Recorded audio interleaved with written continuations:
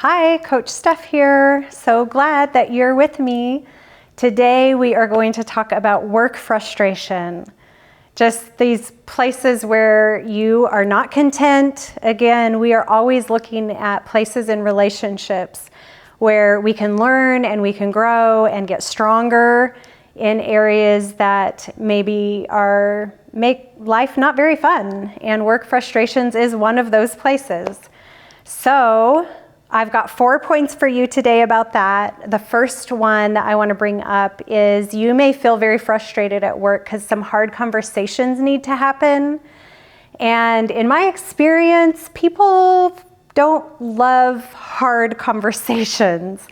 So it's easy to push it aside, push it under the rug, pretend like that's not happening, just kind of grit your teeth and bear whatever is going on. And if you can enter into those places where you're feeling frustrations, either with coworkers or bosses, and have a level-headed conversation about it and not wait till you're ready to burst with anger, then you're setting yourself up to be able to just take a load off. Like if you are walking around carrying a load on your shoulders when you have relationships that are out of whack and you won't enter into that place to have a conversation about them.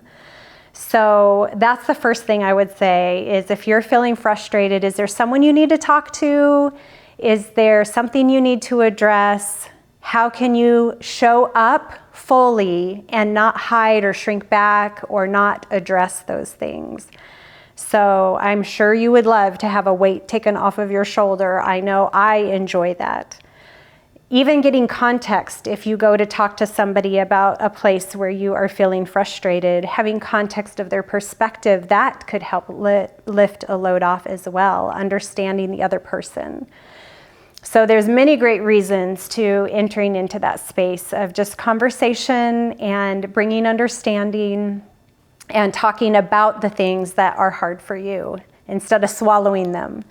So second is dormant dreams. You may be frustrated because you have dreams inside of you that you have forgotten all about and that you're not pursuing.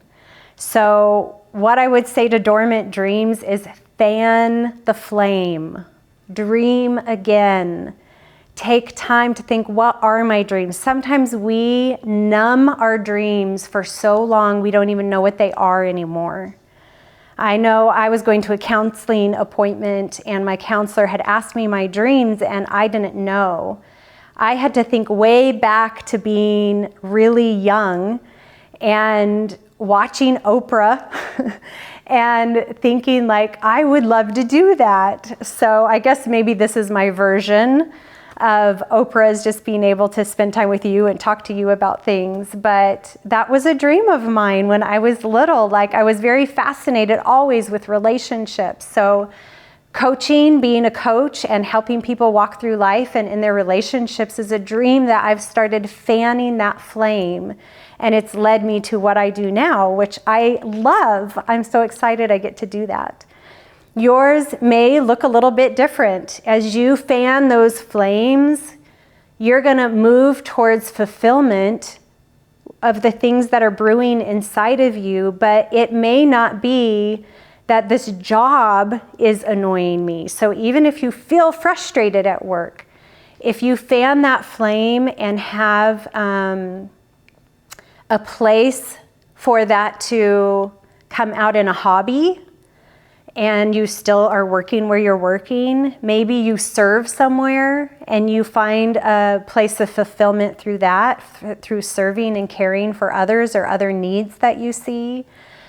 It makes me think of, let's say you're working and you love golf and you don't play golf anymore, even though you love it.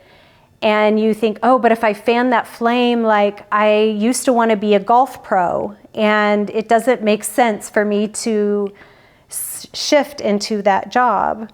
Well, what if you just fan that flame and you just find time to golf more often? Find a Saturday a month, or, add it in where you can, to where sometimes if you're finding fulfillment in those dreams that are in you outside of work, then inside of work, you can be happier, you can be excited for what is coming up on the weekend or whenever you've planned something. So that's something to keep in mind, just to fan those flames of your passions, your dreams, your desires that maybe you have just laid down and you need to pick them back up again. So the third I have for you is a change of attitude. Sometimes, and this may not be what you need, again, always comment and let me know your thoughts. I want to know what you're thinking and how you relate to these things. But a change of attitude, sometimes you may be around negative people, or somehow you've gotten in a rut of just thinking negative thoughts and you don't even realize you're in that rut. So making a shift in your attitude and choosing to start looking at, what are the positives? What do I enjoy about this job? Why did I get this job in the first place? So spending a little bit of time, you could even do a gratitude journal, write down, or take time before you get out of bed in the morning or when you get in bed at night, and just start a practice of, I'm going to think of at least 3 things, 5 things, wherever your capacity is at, and think, what am I thankful about? I'm so thankful I have a job. I'm so thankful for my paycheck. I'm so thankful for Joe that's an office away from me and I enjoy his friendship. Like, there's so many places where you can go to look for positive things that will automatically start helping your perspectives lift and be more enjoyable. And then the last thing I wanted to share was, if your frustration level at work has to do with you having a toxic environment, an unhealthy environment, an environment that just brings you down, or you feel like you're being mistreated in some way, if that is the reason why your work frustration is so high, then I just want to tell you, start looking. Don't stay stuck. We tend to stay somewhere too long sometimes and suffer through, where really it's very legitimate for you. Just start looking. You can stay where you're at in your job while you're looking, but look for something else. Look for a different environment. Look for a different place where you can change some things up and not subject yourself to unhealthy treatment. So start looking. There's other things out there. Be brave. Take a risk. You can do it, and it'll be good. You'll appreciate it in the long run. So I hope these things were helpful to you. Make sure you like and subscribe. I enjoy being here with you. Have an awesome day.